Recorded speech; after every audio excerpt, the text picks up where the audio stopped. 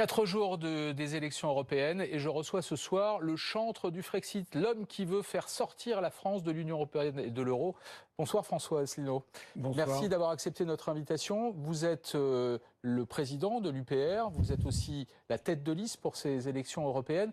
Je le disais, votre programme tourne autour d'une idée majeure qui est la sortie de la France de l'Union européenne et de l'euro et même de l'OTAN, on en parlera tout à l'heure peut-être. Mais d'abord une question, puisque tout votre programme tourne autour de cette sortie de l'Union européenne, je pense qu'il y a plein de téléspectateurs qui doivent se dire ce soir, mais bon sang, pourquoi veut-il absolument être élu député européen, puisque son but dans la vie, c'est de se faire sortir la France de l'Union européenne? C'est une question qui m'a très souvent été posée, à laquelle je réponds toujours de la même façon. Nous voulons sortir de l'euro, c'est pas pour ça que je vais m'empêcher d'utiliser l'euro, je ne peux pas faire autrement. Ces élections européennes sont un rendez-vous très important de la politique française. Il est important que nous soyons présents.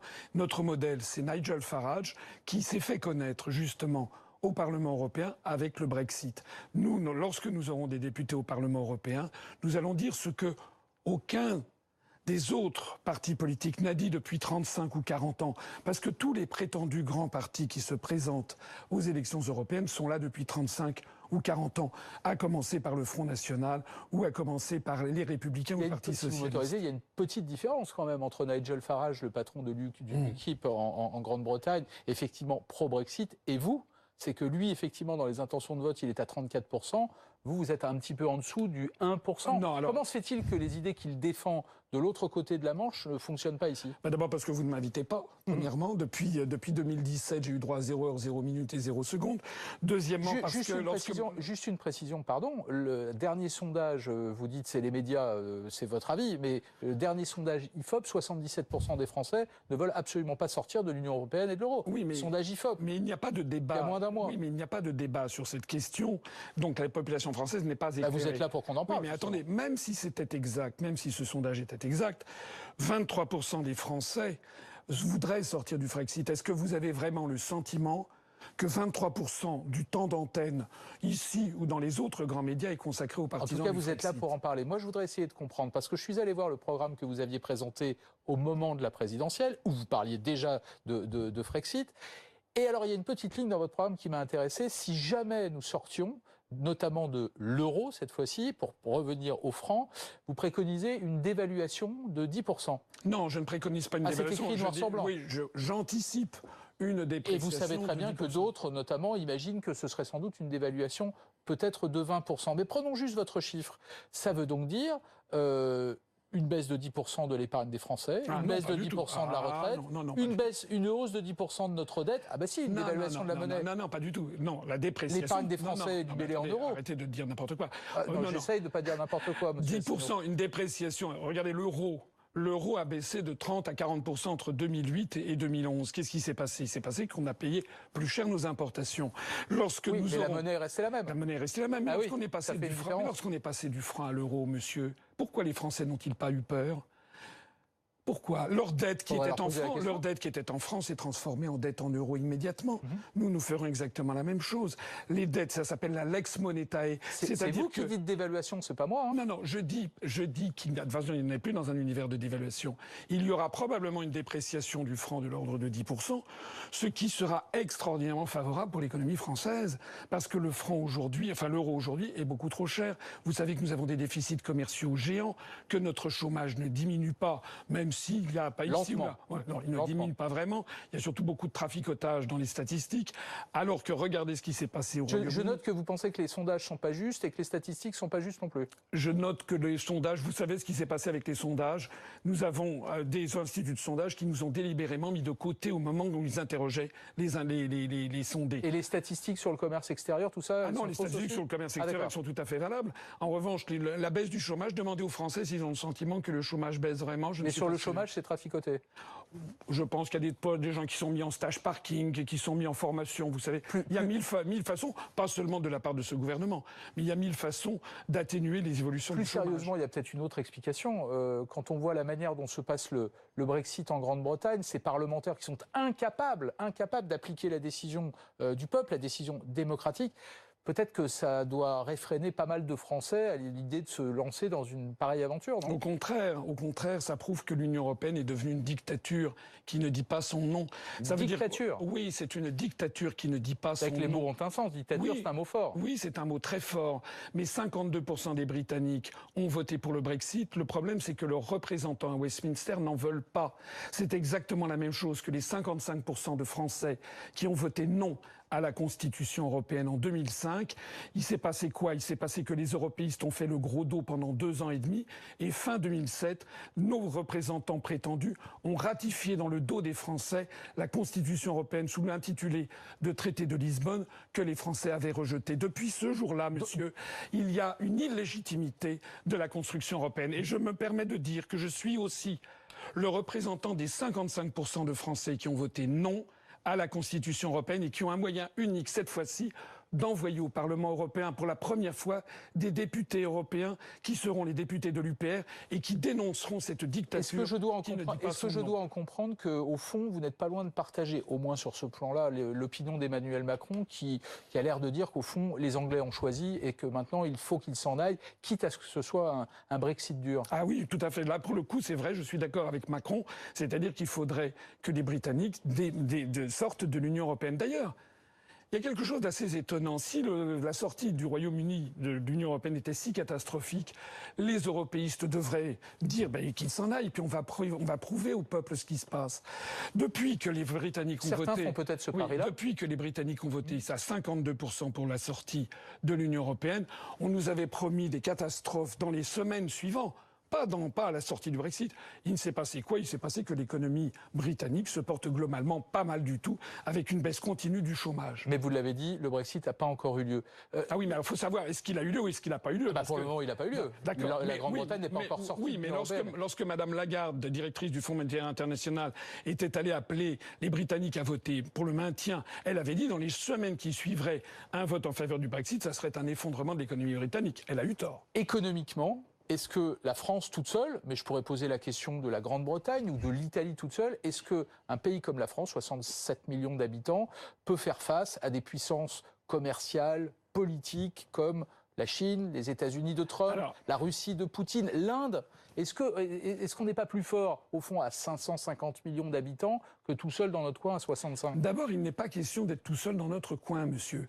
Airbus, Arianespace n'ont rien à voir avec la construction européenne. Ce sont des constructions, des coopérations internationales. Est-ce que la Suisse... Il vaut mieux quand même que les pays européens s'entendent pour monter ce genre de consortium. Mais non, il faut que les pays qui veulent y être, y soient. Dans Airbus, vous avez la moitié des pays de l'Union européenne qui n'y sont pas. En revanche, vous avez des Américains, des Japonais, des Chinois. Ce qui marche, ce sont les coopérations internationales.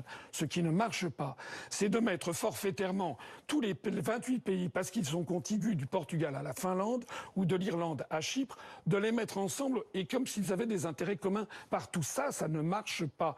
Et de toute façon... Que vous le vouliez ou pas, la construction européenne s'effondrera comme s'est effondrée la construction du socialisme. C'est intéressant parce que c'est une utopie. Tous vos adversaires, ceux qui sont favorables au maintien dans l'Europe, en gros, vous les accusez de catastrophisme, vous dites ah oui, vous faites toujours le scénario du pire. Mais c'est vous qui faites le scénario du pire en disant si on ne sort pas, l'Europe s'effondrera et si c'est pas l'Europe, c'est la France qui s'effondrera. Oui. Qui peut croire sérieusement que la France s'effondrerait? Dedans ou dehors d'ailleurs? Non, la France se porte très mal. Je ne sais pas si vous l'avez vu. Il y a des gilets jaunes qui manifestent depuis 27 semaines.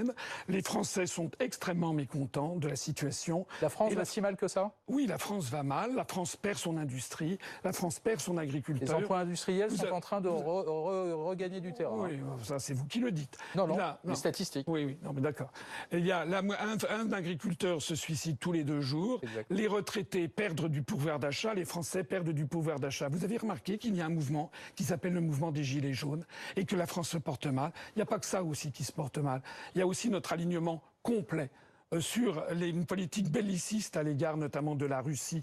Est-ce que les Français se rendent compte qu'il y a quelques jours, il y a une dizaine de jours, on a appris qu'il y a 300 soldats français, des dizaines de blindés qui viennent de s'installer à Tapa, une base en Estonie. Je vous entends souvent prendre cet exemple-là. De la Russie. Si vous me permettez, vous êtes favorable à 3 Frexit. La sortie de l'Union, la sortie de l'euro et également la sortie de l'OTAN. Pourquoi? Parce que l'OTAN, au fond, pour vous, à vos yeux, ce sont les Américains et qu'il est hors de question d'être aux côtés des Américains? Parce que la France... En fait, ce sont les États-Unis, votre principal ennemi. Non, pas du tout. La France, pas du tout. Nous avons des bons ennemis et des bons amis. Vous savez ce que disait Charles de Gaulle? Charles de Gaulle disait, lorsque l'Union soviétique, lorsque le socialisme s'effondrera, l'OTAN devra se dissoudre. Et le général de Gaulle avait fait sortir la France du commandement intégré de l'OTAN, pas de l'OTAN. Mais il avait dit, lorsque le socialisme s'effondrera, l'OTAN devra se dissoudre. Oui, mais et il avait dit aussi aux États-Unis, les États-Unis devraient comprendre que ce sont ceux qui leur disent non qui sont leurs meilleurs alliés. Oui, mais alors du coup, je m'étonne parce que je suis encore allé voir votre programme, je le disais. Et alors, il y a une phrase qui m'a étonné. Vous dites vous êtes favorable au grand retour d'une politique d'amitié et de coopération de la France avec, je vous cite, la Russie, la Chine, le monde arabe et le monde latino-américain. Oui, comme l'avait fait Charles de Gaulle. Et il n'y a pas les États-Unis. Mais parce que les États-Unis, c'est notre allié par nature. Mais les États-Unis, actuellement, d'ailleurs, regardez ce qui se passe en ce moment. Le torchon brûle, semble-t-il, entre l'Union européenne et les États-Unis avec M. Trump. D'ailleurs, le torchon brûle avec tout le monde. Parce que M. Macron, qui se prétend un grand Européen, en fait, s'est fâché avec Mme Merkel, avec Mme May, avec les Polonais, avec les Hongrois, avec les Bulgares. Ça fait beaucoup, quand même. Il y avait un Américain qui était à Paris, c'était lundi, et il se trouve qu'il est venu nous voir. Il était sur l'antenne de BFM TV. Je voudrais qu'on l'écoute. Je crois que si les mouvements souverainistes, populistes, nationalistes ont de bons résultats aux élections européennes la semaine prochaine, évidemment que ça va aider ces mouvements à travers le monde et ce sera également utile à Donald Trump aux États-Unis. Steve Bannon, ancien conseiller de Donald Trump à la Maison-Blanche, et renvoyé, vous avez raison de le préciser. Je vous pose une question de façon un peu raide, mais est-ce que lorsque l'on défend la sortie de l'Union européenne, est-ce que l'on est un nationaliste? Non.